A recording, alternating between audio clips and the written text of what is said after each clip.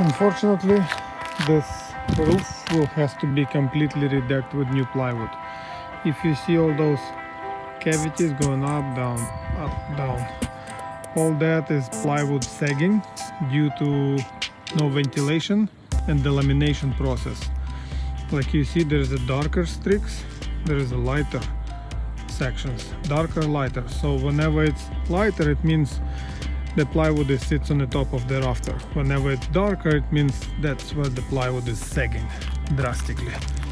And when we're walking, we can hear it squeaking and